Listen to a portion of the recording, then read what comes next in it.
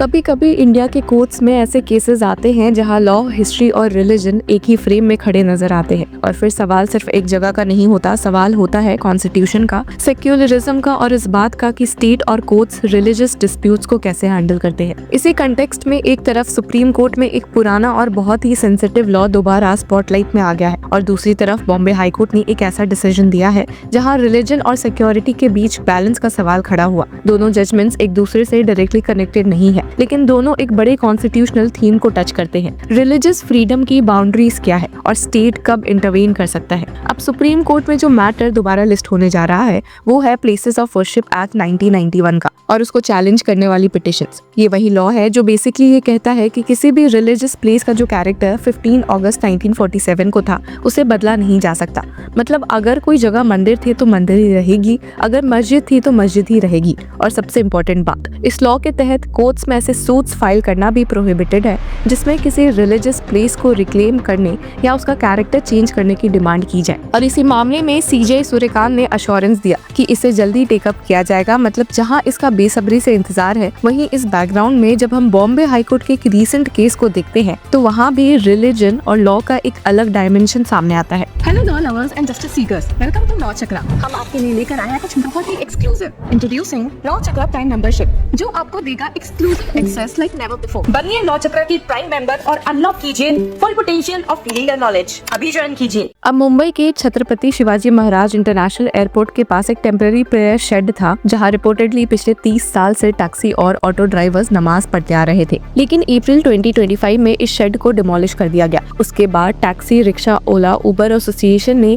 Bombay high court का दरवाजा खटखटाया। डिमांड सिंपल थी कि या तो डिमोलिश्ड प्रेयर शेड को रिस्टोर कर दिया जाए या फिर एयरपोर्ट के आसपास 1500 स्क्वायर फीट का एक ऑल्टरनेटिव स्पेस दिया जाए जहां रमजान के दौरान ड्राइवर्स नमाज पढ़ सके। लेकिन महाराष्ट्र गवर्नमेंट और एयरपोर्ट अथॉरिटीज ने इस डिमांड को स्ट्रांगली अपोज किया। उन्होंने कोर्ट को बताया कि एयरपोर्ट एक हाई सिक्योरिटी जोन है जहां वीवीआईपी मूवमेंट होता रहता है और जहां अनऑथराइज्ड स्ट्रक्चर्स अलाउ नहीं किए जा सकते। सीनियर एडवोकेट विक्रम ननकानी ने एयरपोर्ट अथॉरिटी की तरफ से आर्गुमेंट दिया कि demolished shed VIP entrance gate के बहुत पास था और इसी वजह से सिक्योरिटी रिस्क क्रिएट हो सकता था। और हाईकोर्ट ने जब आर्गुमेंट सुने तो बेंच में जस्टिस बीपी कोलाबावाला और जस्टिस फिरदौस पुनीवाला ने एक क्लियर पोजीशन ली। कोर्ट ने कहा कि when there is a security risk, security comes first irrespective of religion. When it comes to security, we will not compromise one bit. अब पिटिशनर्स ने ये भी आर्गुमेंट दिया कि आसपास एक टेंपल भी एग्जिस्ट करता है और फिर सिक्योरिटी कंसर्न सिर्फ नमाज के वक्त ही क्यों रेस किया जा रहा है। लेकिन कोर्ट ने इस पैरिटी आर्गुमेंट को भी रिजेक्ट कर दिया। बेंच ने कहा कि even if we assume there is a temple, two rights do not make a wrong. If someone comes to us saying that structure is illegal, we will order them to demolish that structure also. Court ने ये भी clarify किया कि किसी particular जगह पर prayer करना एक इन्फोर्सेबल लीगल राइट नहीं होता। जस्टिस कोलाबावाला ने पिटिशनर से कहा कि no one is stopping you from praying 5 times a day. You can just walk in some masjids and offer namaz there. No one is going to stop you there. But here at airport premises, when the authorities are saying that there are threat issues and security issues, we cannot allow you here. अब court ने acknowledge किया कि Ramzan Muslims के लिए एक important religious month है और prayers उनके रिलीजन का इंटीग्रल पार्ट है। लेकिन साथ ही कोर्ट ने ये भी एम्फसाइज किया कि एयरपोर्ट जैसे हाई सिक्योरिटी जोन में सेफ्टी कंसिडरेशंस को इग्नोर नहीं किया जा सकता। अब गवर्नमेंट ने कोर्ट को बताया कि एयरपोर्ट के पास कम से कम 3 फंक्शनल मॉस्क वॉकिंग डिस्टेंस पर मौजूद है जहां ड्राइवर्स नमाज ऑफर कर सकते हैं। हाईकोर्ट ने एक सिक्योरिटी सर्वे रिपोर्ट भी देखी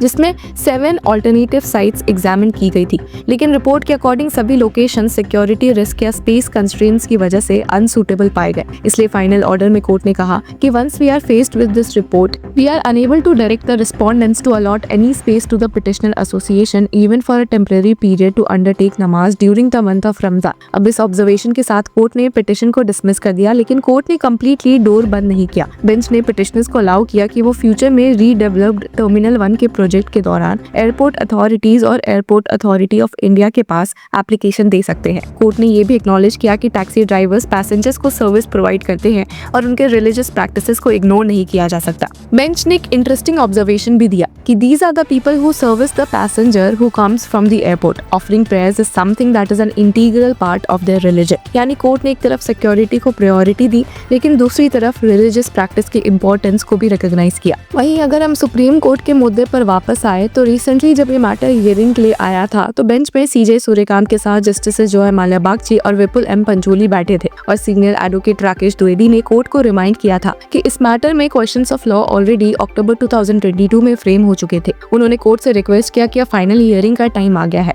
सीनियर एडवोकेट द्विवेदी ने कोर्ट को बताया भी था कि सेंटर फॉर अक्टूबर 31, 2022 तक अपना अफिडेविट फाइल करना था, लेकिन अब तक रिस्पॉन्स फाइल नहीं हुआ है। मतलब एक ऐसा कॉन्स्टिट्यूशनल क्वेश्चन जो देश के रिलीजियस डिस्प्यूट्स पर डायरेक्ट इम्पैक्ट डाल सकता है, वो 2 साल से ज्यादा टाइम से पेंडिंग है। इस पर ही सीजे सूर्यकांत ने कहा था कि let us see, we will finalize the hearing dates after the 9 जज बेंच केस। यानी सुप्रीम कोर्ट अभी कुछ और बड़े कॉन्स्टिट्यूशनल मैटर्स में बिजी है, लेकिन कोर्ट ने क्लियर कर दिया कि इस इशू पर फाइनल हियरिंग होगी और डेट्स बाद में डिसाइड की जाएंगी। अब इसी हियरिंग के दौरान एक और इंटरेस्टिंग डेवलपमेंट हुआ जब कोर्ट से ये रिक्वेस्ट की गई कि राजस्थान की एक सिविल कोर्ट को अजमेर दरगाह मैटर में कोई इफेक्टिव ऑर्डर पास करने से रोका जाए, लेकिन सुप्रीम कोर्ट ने स्टेज पर डायरेक्ट इंटरवेंशन से मना कर दिया। सीजे सूर्यकांत ने एक बहुत ही इंपॉर्टेंट ऑब्जर्वेशन दिया। उन्होंने कहा कि if they pass such orders we will see what's to be done. We have passed an order and that is binding on all and one. If someone passes an order in defiance of that, then we have to examine that and see that consequences will follow.